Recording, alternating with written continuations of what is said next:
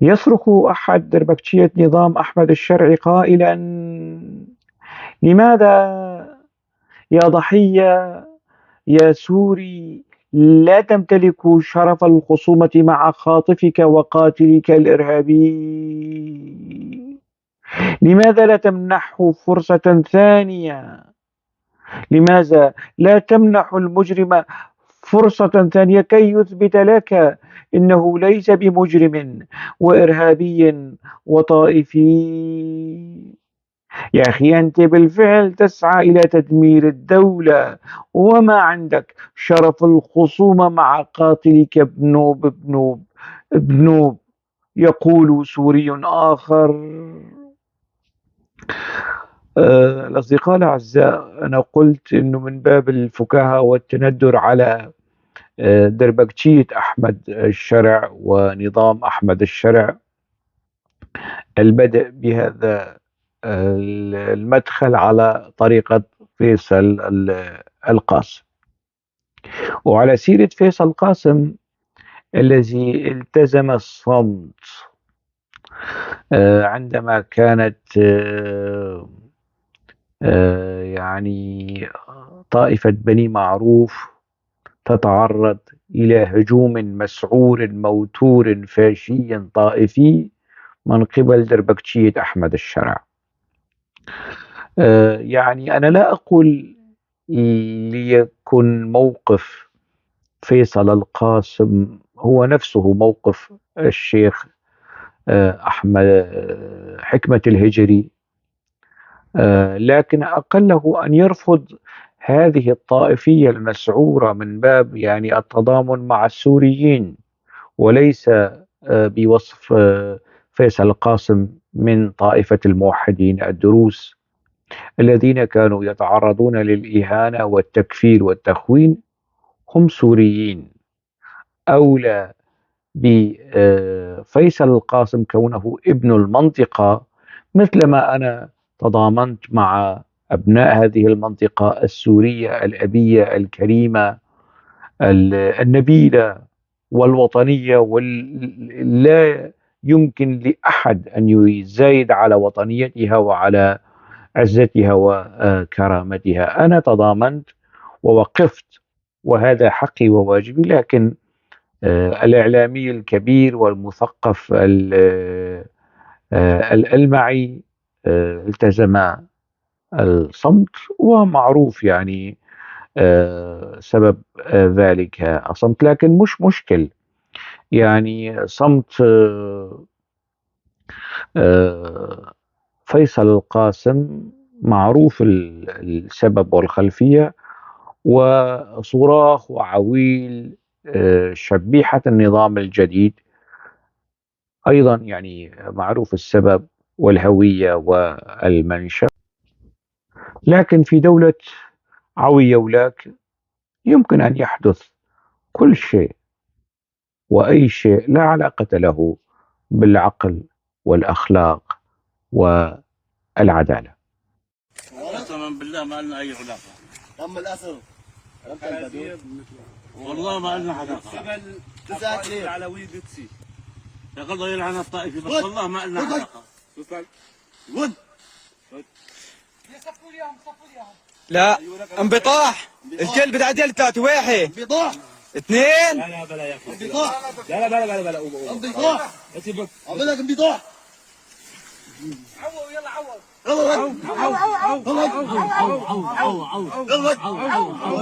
حاجتن حاجتن حاجتن حاجتن.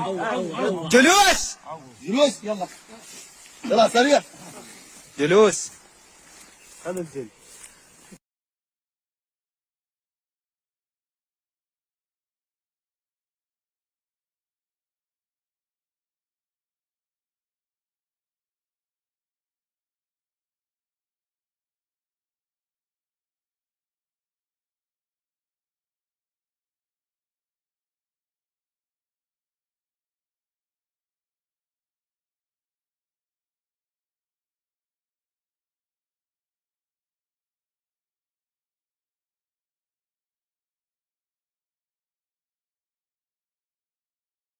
خلونا نحكي شوي عن زيارة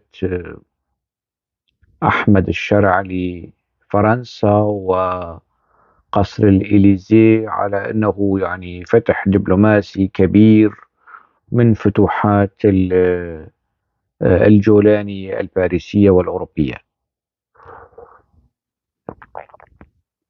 للأسف يعني حالة من الخبل والهبل هاجت وماجت بين مؤيدي أحمد الشرع، وصدروا صورة مبالغ فيها وبل مشوهة عن تلك الزيارة، وكان يعني على أساس أنه الأقليات خسرت، والطائفة الأموية هي الكريمة هي التي ربحت وفازت بهذا الانتصار الدبلوماسي الكبير. زيارة أحمد الشرع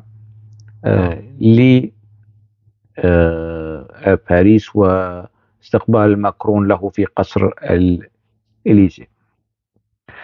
على العموم لا شك أنه يعني خطوة جيدة، لكن ليست بتلك الضخامة التي سطرها وصدرها أنصار هذا النظام. كل وسائل الإعلام الفرنسي كانت تؤكد توصيف الرئيس السوري المؤقت، الرئيس السوري المؤقت. طبعا هذا حاليا في الإعلام السوري الحالي يكاد يكون شبه منعدم، يعني كلمة المؤقت ما عاد شفناها يعني، وهذا التوصيف القانوني والرسمي والشرعي والفقهي وكل شيء يعني. ما عاد حدا يقول الرئيس السوري المؤقت، لا دغري بدون المؤقت بيحذفوها، وهذا معروف يعني لأنه نوع من الطيش والجنون والتهور اللي ما له علاقة بالواقع يعني. مش مشكل. هذه الزيارة اعتبروها كنوع من المكاسرة، أنه شفتوا صرنا بالإليزيه، وبعض يعني أولاد الأحبة من هذا الرحط المطبلين والدربكشية، ماذا نشر يعني على صفحته باسم مستعار؟ شوفوا شو ناشر لحتى تعرفوا مستوى شرف الخصومة يعني اللي بيحكي عنه أنصار أحمد الشرع. شوفوا الصورة ونعود.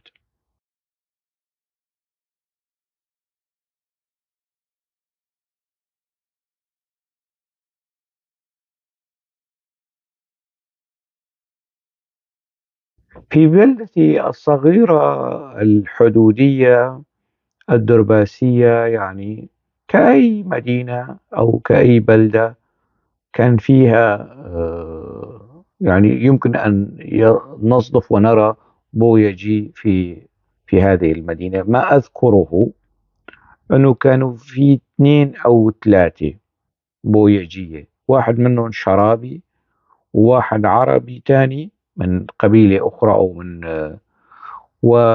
و...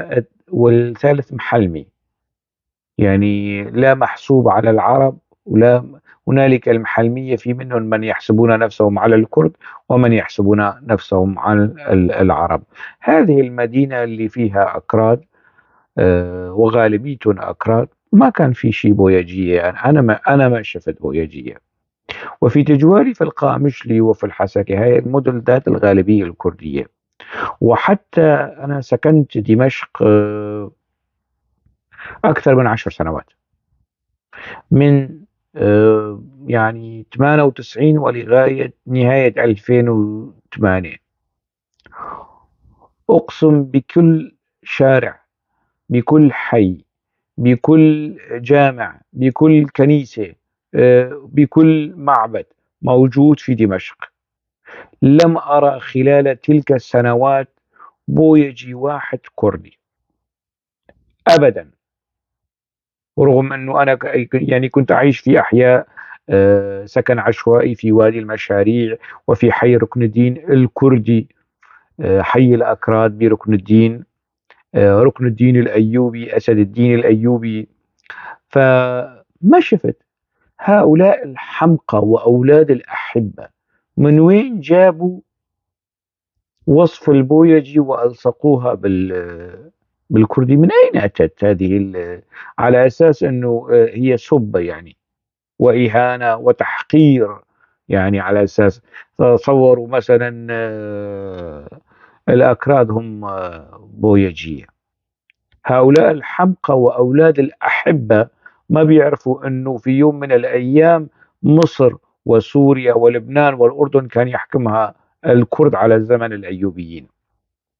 هؤلاء ينسون أنه أغلب رموز الدراما والسينما السورية ينحدرون من أصول كردية. ينسون أنه أول مؤسس لمجمع لغوي عربي ينحدر من أصول كردية. وينسون أنه زعيم الحزب الشيوعي ومؤسس الحزب الشيوعي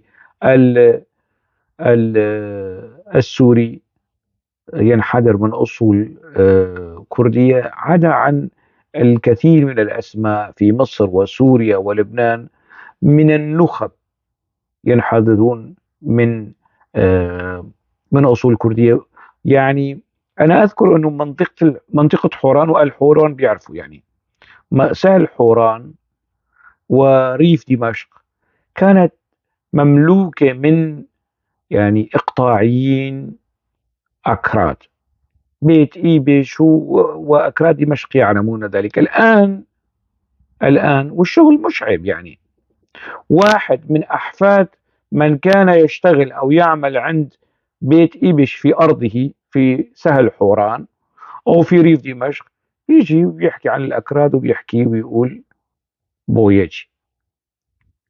هذا ابن الأحبة، هذا اللي بيحترم حاله وبيحترم أهله، بينشر هاي الصورة هاي، ما بيعرف أنه الكرد في يوم من الأيام وحتى في فترة الأربعينات وبعد فوزي السلو، حسني الزعيم، محسن البرازي وعلي بوزو والكثير من ينحدرون من أصول كردية كانوا يعني في واجهة المشهد السياسي بوصفهم سوريين وليسوا أكرادا. يعني حتى في الدين، هذا مفتي سوريا الجديد التكفيري شو اسمه الرفاعي، هل يجهل من هو أحمد كفتار؟ وهل يجهل من هو محمد سعيد رمضان بوطي اللي بيعبوه علم وفقه ودين؟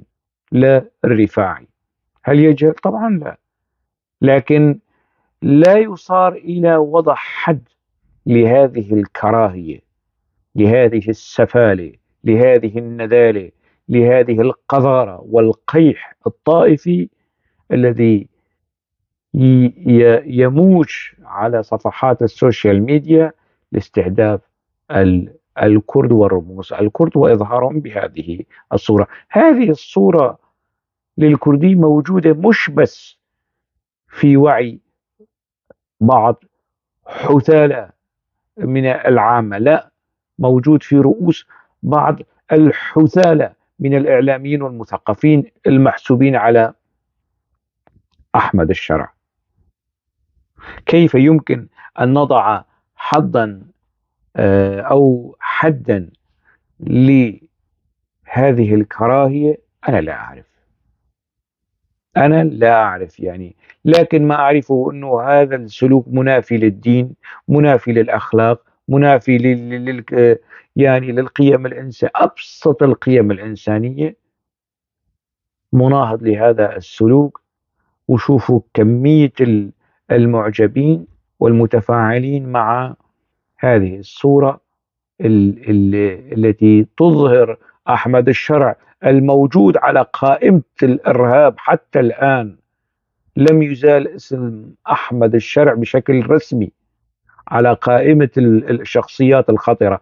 انشروا صورة أحمد الشرع بزيه القديم على الفيسبوك، سترون أن الفيسبوك يمنع نشر صورة أحمد الشرع بزيه القديم عندما كان أبو محمد الجولاني، وهؤلاء لا يعلمون هذه التفاصيل ويستهدفون الدروس ويستهدفون هؤلاء بدون يبنوا دولة وطنية وبيعطوا دروس في الوطنية وفي الكرامة الوطنية وحرية وكرامة وما بعرف شو. هؤلاء يعني مش أولاد الأحبة، لا، أولاد اللي بيشتغلوا عند الأحبة ومش معروف أصلهم وفصلهم، لذلك يتوارون خلف حسابات مزيفة وأسماء مستعارة. لنعد إلى ماكرون وأحمد الشرع. ماذا قال ماكرون لأحمد الشرع؟ مسألتان أساسيتان رئيسيتان قالها ماكرون لأحمد الشرع وأحرجه أمام الكاميرات. هذه التفاصيل لا يخوض فيها الدربكجية والبنحبكجية الجدد.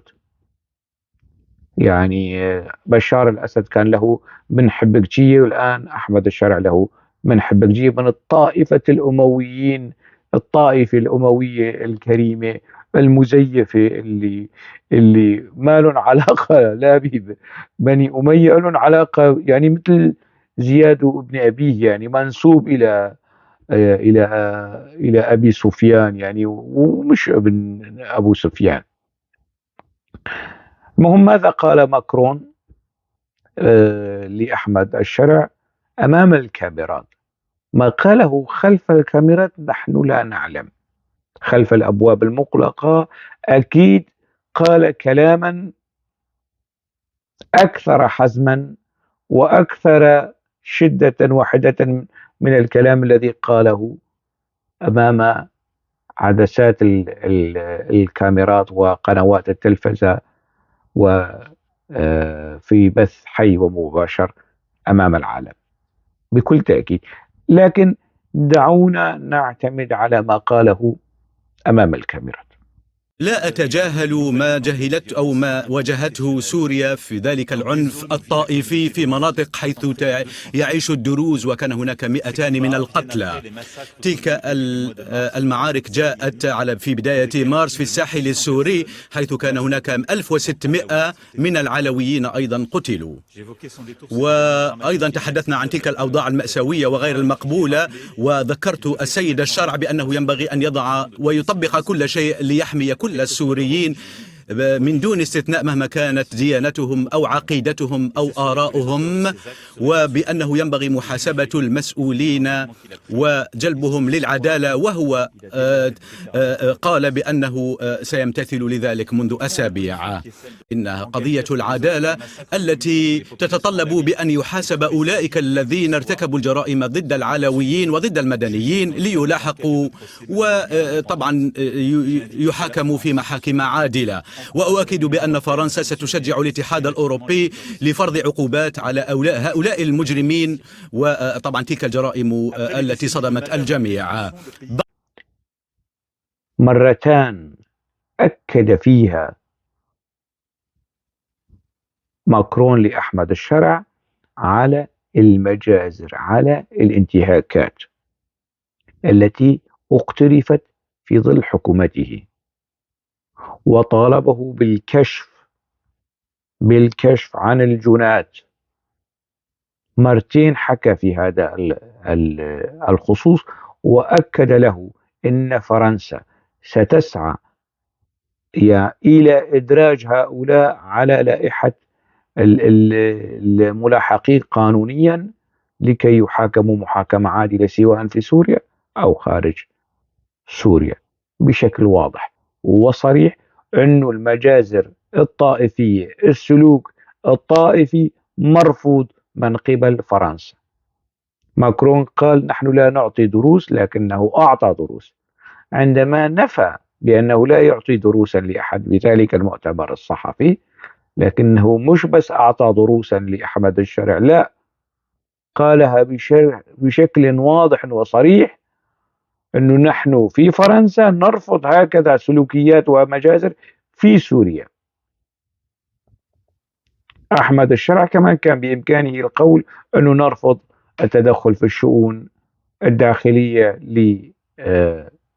لسوريا، ويوجه كلامه لماكرون في هذا الإطار. في سوريا هنالك قضاء وهنالك عدالة وهنالك ما بعرف شو، ومش بس فلول النظام يحمل مسؤولية تلك المجازر في الساحل السوري إلى فلول النظام الأسد. الآن جريمتان مثبتتان على نظام أحمد الشرع إلى أن يثبت العكس. هو متهم الاعتداء على الدروز مؤخرا، والاعتداء على العلويين بجرائم مروعة ثانيا، والتفاصيل الصغيرة وقصة البنت السبية اللي اختطفوها وزوجوها هالكلام المضحك وهالكم المهول من الانتهاكات ينبغي أن يشعر الإعلاميين التابعين لنظام أحمد الشرع بقليل من الخجل الوطني والأخلاقي والإنساني. شوي يخجلوا، يعني يخجلوا ويشوفوا حالهم لما كانوا ضحايا، ويمنعوا أنه يتحولوا إلى جنات أو إلى محامين يترافعون عن الجنات والقتلة والإرهابيين. ماذا أيضا؟ ماذا قال ماكرون وأطرب أحمد الشرع في باريس الأنوار؟ وأيضا أكدت للرئيس بأنه يمكن الاعتماد أيضا على قوات سوريا الديمقراطية التي كانت شريكا رائعا في التحالف الدولي ضد داعش في كل السنوات الماضية. وفي هذا الإطار فالاتفاق الذي وقع في 10 من مارس هو لحظة مهمة جدا، وأود أن أثمن هنا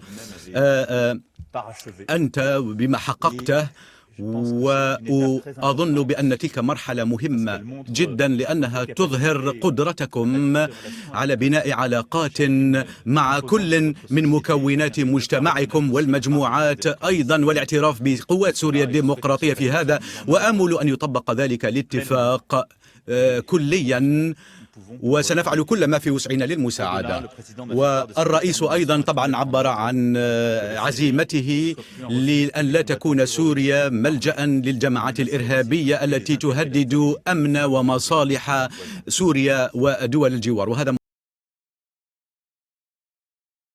بصرف النظر عن يعني اختلافات الترجمة، لكن الكلام كان واضحا. ماكرون أبلغ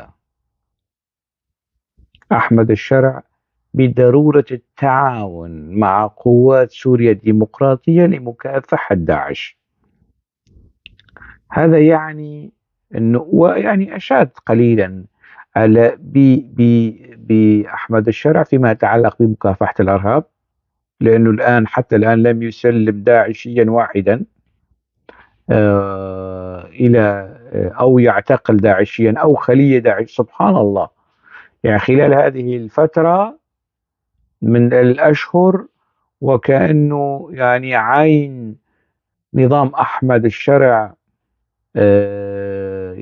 ساهية أو مغمضة أو لا ترى ولا تبصر إرهابيين داعش، فقط تبصر الدروز والعلويين والكرد. طالب ماكرون بالتعاون مع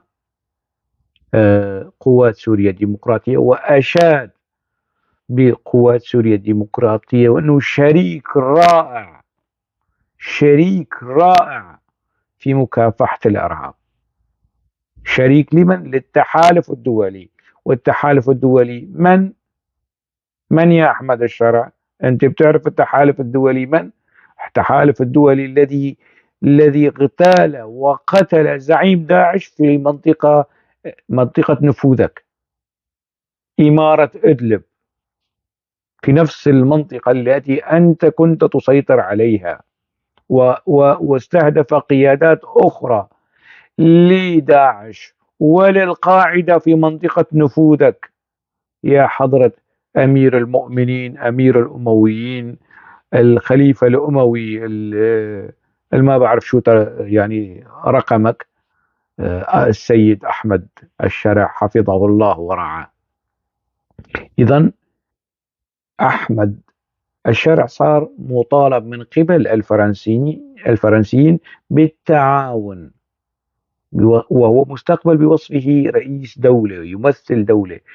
ماكرون يطالب هذه الدولة ممثلة بأحمد الشرع بالتعاون مع قوات سوريا الديمقراطية، وهي مجموعة عسكرية سياسية. شفتوا التوازن والمستوى؟ هلا نحن ما رح نحكي بروتوكول الاستقبال والقصص هي اللي صارت، هذا موضوع تقني ومعروف يعني، واللي شاهد الصور والفيديوهات يعني سيخلص إلى هذه النتائج اللي بده إياها.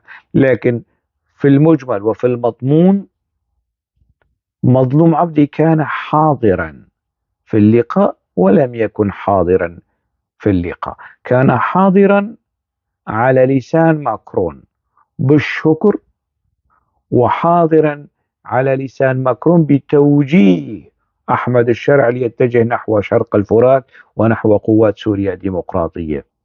قوات سوريا الديمقراطية حققت فتحا دبلوماسيا في الإليزيه من دون أن يحضر أي ممثل لها. ممثل قوات سوريا الديمقراطية كان ماكرون، ممثل قوات سوريا الديمقراطية في قصر الإليزيه في لقائه مع الشرع كان أمانويل ماكرون. وهذا واضح في كلامه وفي خطابه الموجه لأحمد الشرع. لكن دربكتشية وشبيحة أحمد الشرع على السوشيال ميديا ماذا فعلوا؟ قلبوا الآية، ومن غيظهم وغلهم وحقدهم نشروا تلك الصورة، صورة ماكرون في الخلف وأحمد الشرع رافع إيده والكردي بالزي الكردي والعلم الكردي والألوان ألوان العلم الكردي عاملينها صندوق ضوئية. والله لن أرجيكم، يعني لنعملكم صندوق ضوئية يا شبيحة أحمد الشرع، لنعملكم يعني، لأنه أنتم بالفعل وصلتم بأنفسكم إلى هذا الدرك السافل من الفجور في الخصومة. بتحكوا عن شرف الخصومة، أنتم في قاع الفجور، فجور الخصومة، في تعاملكم مع العلوي، في تعاملكم مع الدرزي، في تعاملكم مع البنت المسيحية المخطوفة التي زوجتموها قسرا وحاولتم لفلفة وفبركة قصة تافهة من قصص نظام بشار الأسد التافه اللي راح وترككم تأتوا لتحلوا محله.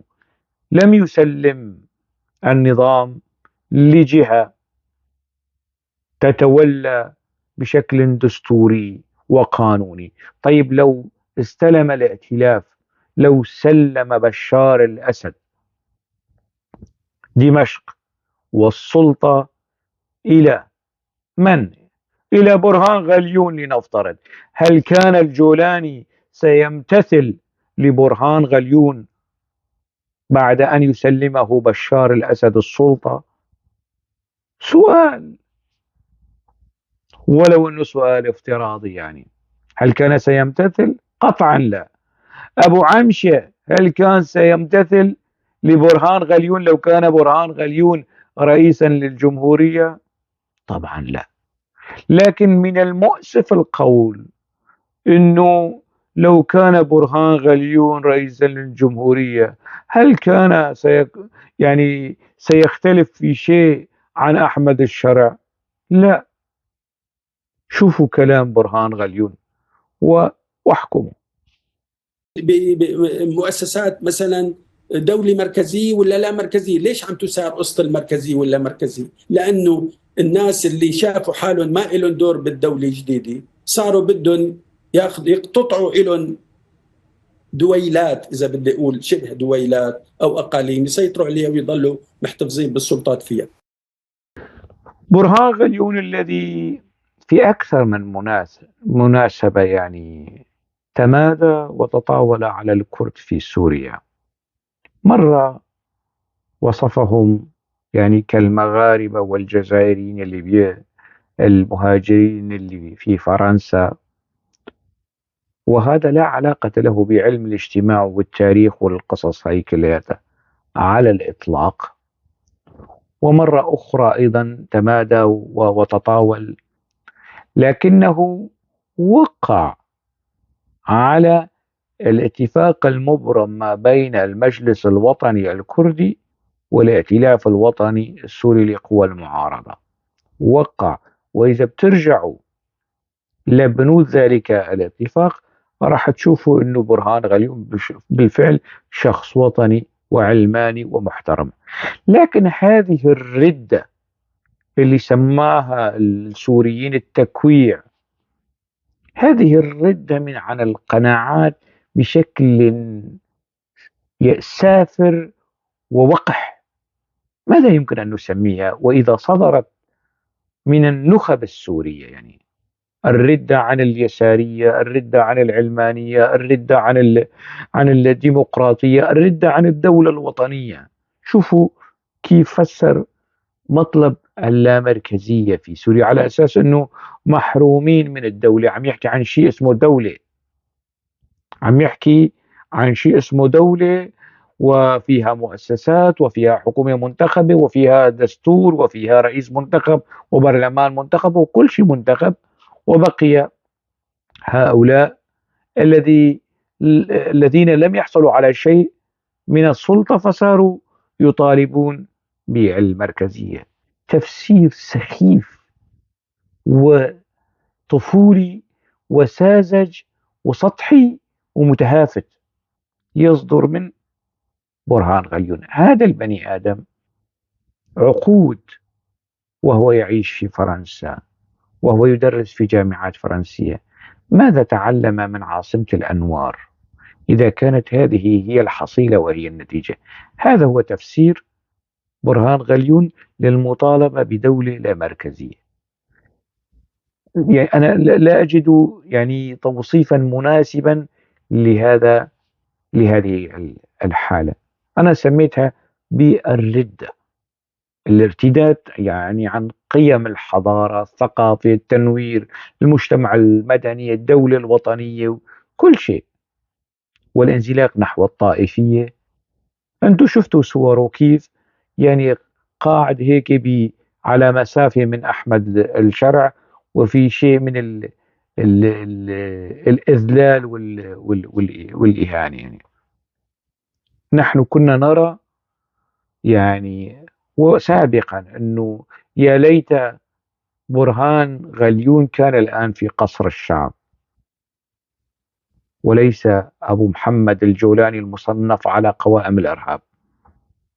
لكن حدث ما حدث، ورأينا أنه كيف برهان غليون صار يتدلل ويتدلل على نظام عند نظام أبو محمد الجولاني.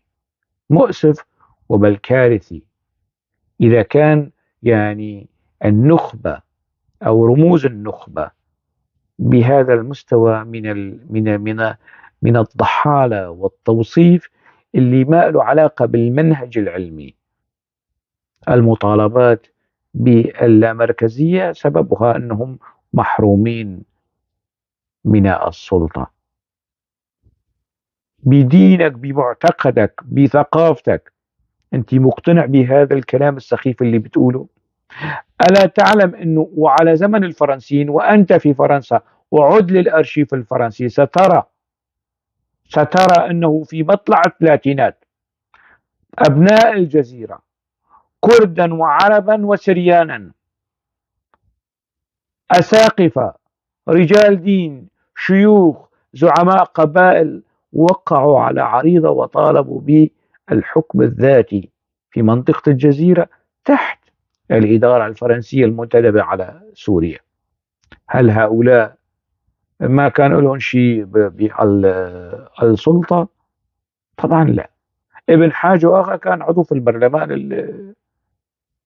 السوري، المسيحيين كانوا ممثلين بشكل أو بآخر، العرب كانوا ممثلين بشكل أو بآخر في البرلمان السوري، لكن أرادوا خصوصية وقت ذاك في مطلع الثلاثينات، وهذا الكلام موثق لكن ماذا تقول؟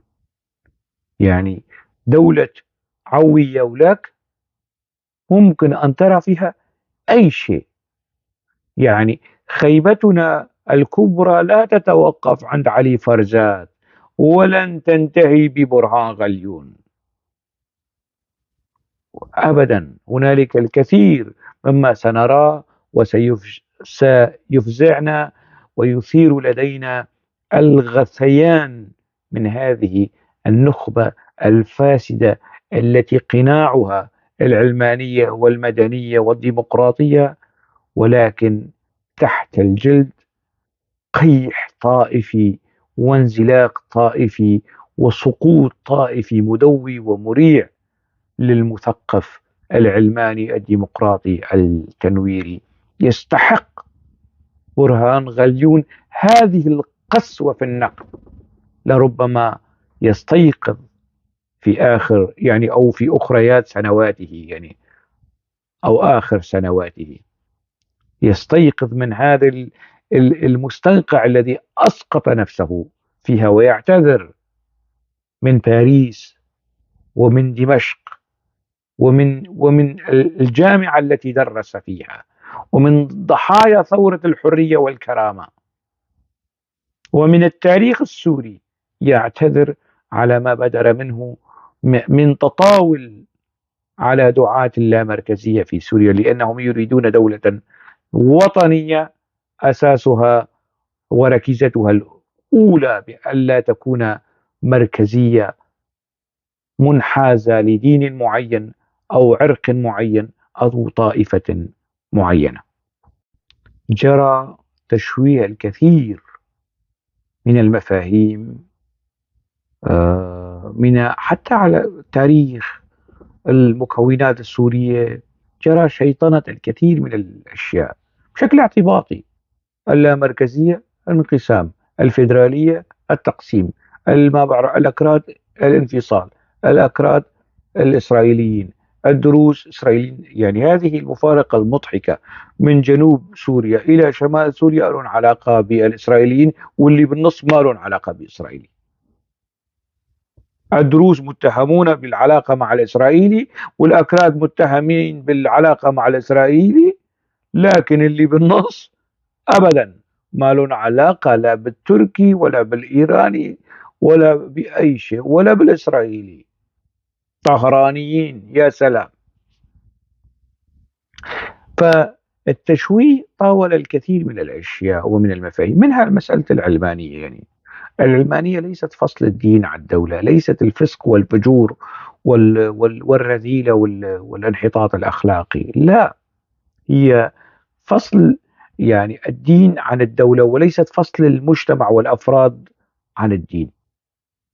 العلمانية لن تجردك من ديانتك، وأغلب قيادات الإخوان المسلمين والقيادات الإسلامية نشأت وكبرت وما زالت تنعم في خير العلمانية الغربية والدول الغربية، ولا يعودون إلى الدول الإسلامية. فهل النفاق الموجود في البيئة الإسلامية، الإسلام السياسي، وصل النفاق إلى البيئة العلمانية أيضا مع الأسف الشديد؟ الدولة الدينية دولة ليست وطنية، لأنه بالضرورة الدين سيحكم بهذه الدولة وفق منظوره ومنظومته القيمية. مثلا دعوا التجارب الإسلامية جانبا، الفاتيكان لن نجد فيها، أنا لا أعلم وأعتقد أنه لا يمكن العثور في الفاتيكان يمكن العثور على كنائس أخرى في إيطاليا، لكن في الفاتيكان كدولة دينية كاثوليكية لا يمكن أن نعثر على كنيسة لشهود يهوه أو للبروتستانت مثلا. متى ما جرى افتتاح كنائس لطوائف دينية أخرى على خصومة تاريخية مع الكنيسة الكاثوليكية داخل الفاتيكان، وقت هذا نقول أنه الدولة الدينية نموذجا دولة الفاتيكان هي دولة وطنية ومنفتحة على طوائف الديانة المسيحية الأخرى. الدولة الدينية يا أصدقاء يا صديقات فشلت في عهد الخلافة الراشدة. بموت الرسول انتهى عهد الإسلام واكتمل الإسلام وبدأ عهد المسلمين، وهذه المقولة للراحل الشهيد فرج فودة الذي قتله إسلامي جاهل لم يقرأ شيء لفرج فودة. ما جرى في السقيفة من خصومة ومن ترجيح كفة قريش على يعني المهاجرين على الأنصار وعدم منحهم أي شيء وحصر الخلافة في قريش وثم التطاحن على هذه الخلافة بين بني هاشم وبني أمية. هذه المشاكل يعني الدولة الدينية الأقرب إلى عهد النبي فشلت. 3 خلفاء قتلوا: عثمان وعمر وعلي، وأول الخلفاء أبو بكر هنالك شبهة تسميم تحوم حول وفاته. فالدولة الدينية في عهد الخلافة الراشدة بما فيها من حروب الردة، حروب الحرب الجمل، كل هذه التفاصيل، حرب صفين، كل هذه حرب النهروان، كل هذه التفاصيل والحروب والدماء التي أريقت كانت في زمن الخلافة الراشدة التي تؤكد وبالدليل القطعي الثبوت والدلالة على فشل الدولة الدينية. هذا في زمن الخلافة الراشدة الأقرب إلى عهد النبي، منهاج النبي. وتأتي بعدها الخلافة الأموية وفعلت بالعرب والمسلمين ما فعلت، وتأتي بعدها الخلافة العباسية والتي فعلت بالأمويين والمؤمنين والمسلمين ما فعلت، وتأتي بعدها الخلافة الفاطمية ووصولا إلى الخلافة العثمانية التركية التي لا علاقة لها بالعرب. خرجت الخلافة من آل عثمان لا ينتمون إلى قريش وأعلنوا أنفسهم خلفاء للمسلمين. وبقي هنالك رجال دين يمدحون تلك الفترة. وحتى الآن الإسلام السياسي في كل العالم العربي ينظر إلى الخلافة العثمانية الدموية العنصرية الطورانية التتريكية على أنها خلافة إسلامية، على أنها خلافة إسلامية. يعني العرب عندما طالبوا السلطنة العثمانية بقليل من الحرية، بقليل من الكرامة، بقليل من الحقوق الثقافية والحقوق اللغوية ومنع التتريك والتقليل من الضرائب، وأن تكون الخدمة في المناطق العربية، الجندي العربي يخدم في المناطق العربية ولا يذهب إلى حدود فيينا لكي يقاتل هناك. يعني مطالب جدا متواضعة.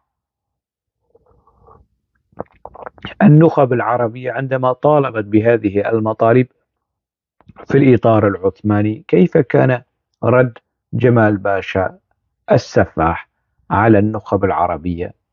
وأحمد الشرع في سلطته في حكومته لم يحتفي بعيد الشهداء، عيد المشانق التي علقها جمال باشا السفاح لأجداده، إن كان يعتبر نفسه عربيا أصيلا أحمد الشرع. لكن يعني تصوروا هذه المطالب المتواضعة واللا مركزية التي طالب بها العرب والنخب العربية مطلع القرن المنصرم بعد مرور قرن من الزمن. من الذي يرفضها؟ من يرفض اللامركزية الآن يعني هم أحفاد الذين كانوا يطالبون بها من السلطنة العثمانية. يعني الضحايا تحولوا إلى جلادين. عدوا على أصابعكم نماذج من التيارات السياسية التي تأسست وقت ذاك وكانت تطالب باللامركزية من السلطنة العثمانية. الجمعية السورية الفتاة تأسست في فرنسا سنة 1911، طالبت باللامركزية. حزب اللامركزية الإدارية العثماني وهو حزب عربي، حزب تصوروا حزب اسمه لا مركزية، حزب اللامركزية الإدارية العثماني تأسس سنة 1913 وأطلق على نفسه هذا الاسم. هذا الآن اللي بتقولوا أنه والله تقسيم اللامركزية، أنتم طالبتم وسميتم أحزابكم وقت ذاك باللامركزية وتعاملتم مع الإنجليزي والبريطاني والفرنسي للتخلص من العثماني ولدعم هذه المطالب. الآن تأتون وتقولون من يطالب باللامركزية لم يكن لديه حصة فلذلك يثير اللامركزية الإدارية كشكل من أشكال الدولة. شو كمان؟ حزب العهد الذي تأسس في إسطنبول سنة 1913 كلها وجمعيات أخرى ومنظمات أخرى كلها قاسمها المشترك المطالبة باللامركزية من العثماني. لكن المشكل يعني وهذه يعني الطامة الكبرى مع الأسف الشديد هو تحول الضحية إلى جلاد لكي يمارس طغيانه وظلمه على ضحايا آخرين. الذين الآن هم في إسرائيل يتباكون على الضحايا في المحارق النازية، ومنهم من تمتد أواصر الدم والعلاقة إلى بالفعل إلى أولئك الضحايا. لكن أحفاد لنقل أحفاد أولئك الضحايا وأصحاب تلك المظلومية الهولوكوست مارسوا هولوكوستا أبشع على الشعب الفلسطيني. إذا أحصينا عدد ضحايا الشعب الفلسطيني والشعب العربي في مصر وفي فلسطين وفي لبنان وفي سوريا منذ أو قبل نشأة إسرائيل سنة 1948 وحتى الآن، سنرى الحصيلة هي أضعاف أو لنقل يعني تزيد عن ضحايا المحارق النازية من اليهود، تزيد. إذن الآن ما الفرق بين قادة إسرائيل وقادة ألمانيا في الحقبة النازية؟ لا فرق، اختلاف الضحايا. الضحايا هناك كانوا يهود والضحايا هنا فلسطينيين وعرب ومسلمين ومسيحيين وحتى يهود أيضا يعني. إذن العثمانيين أو الأمويون الجدد هم في الأصل عثمانيين، يعني يدافعون عن تركيا أكثر من دفاعهم عن سوريا. تعنتهم بجهالة في رفض اللامركزية هكذا خبط عشواء وكيفما اتفق لا يستند على أرضية معرفية تاريخية صلبة أبدا. يا ريت لو كان يعني مطلعين، يعني واحد ما بيعرف شو هي الفيدرالية، أشكال الفيدرالية، ما بيعرف لسه ما بيعرف يميز ما بين يعني طبيعة المركزية واللامركزية. القصص هي لا يعرفها. مركزية شيء حلو منيح إيجابي، اللامركزية التقسيم الانفصال التفتيت. كتير حريص على سوريا، كتير وطني، يعني بيسعى إلى المحافظة على وحدة التراب السوري بجهالة. وهنالك من يحاول أو المسؤول عن جهالة هؤلاء، وأعني بهم النخب اللي على شاكلة برهان غليون وعلي فرزاد.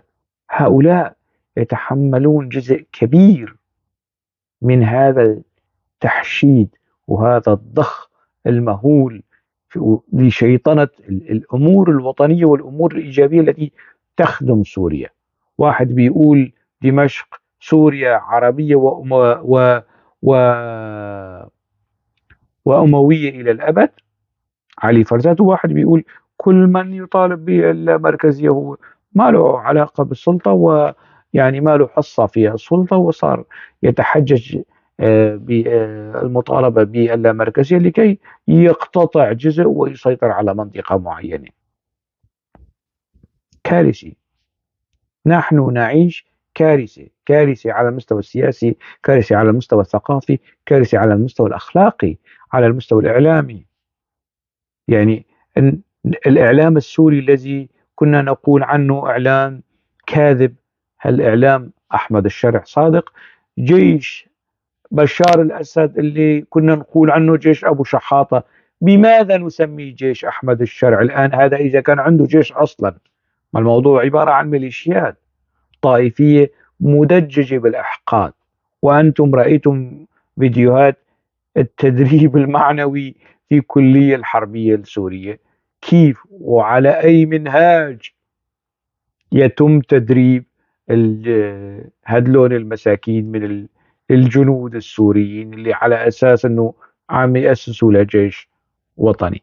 مقصدي من كل ما سلف، يعني زيارة أحمد الشرع سواء للعراق أو لتركيا أو لدول الخليج أو غدا لواشنطن لن تغير في الأمر شيئا. على أحمد الشرع أن يقنع السوريين لا أن يقنع العالم. على أحمد الشرع أن يتنازل للسوريين لا أن يتنازل في مفاوضات مباشرة أو غير مباشرة مع الإسرائيلي، أن يتنازل للسوري العربي والكردي والمسيحي، وهذا مطلب. وماكرون قال أنه مش معقول نفتح الأبواب أمام ضخ الأموال ونحن لسه مو متأكدين من حقيقة مزاعم هذه الحكومة، وأنها ستحاسب القتلة، وأنها ستعتقل المجرمين، وأنها ستبني دولة وطنية وجيش وطني ومؤسسات وطنية. إذا كان الزعيم يعني شريف شحادة الجديد في هيئة أخرى، يعني نسخ كثيرة من شريف شحادة، ويمكن إذا حطيناهم في الميزان يطلع شريف شحادة أشرف من هؤلاء الرهط والطقم الموجودين اللي بيتصدروا مشهد الإعلامي التابع لأحمد الشرع. الآن يعني شريف الشحادة يتكاثر كالفطر في البنية الإعلامية لأحمد الشرع. أصلا أحمد الشرع ماذا يمتلك؟ وهم عن طريق هذا الضخ الإعلامي 2 أو 3% أو 10% من المؤيدين لأحمد الشرع، عن طريق هذا الضخ الإعلامي المهول يصار إلى تشكيل انطباع عند الناس وكأنه هن 1000% من السوريين. المجتمع السوري كله مؤيد لأحمد الشرع، وهذا غير صحيح على الإطلاق، كذب صراخ على الإطلاق. حتى السنة متضررين، وقسم كبير من يعني قطاعات واسعة من جمهور السنة معارضين لتوجهات أبو محمد الجولاني، ولكانوا معه أثناء حكمه لإمارة إدلب. هل سيختلفون عندما اتسعت دائرة إمارة إدلب لتشمل باقي المحافظات السوري؟ طبعا لا. أكتفي بهذا القدر على أمل اللقاء بكم في مواضيع أخرى. دمتم بألف خير.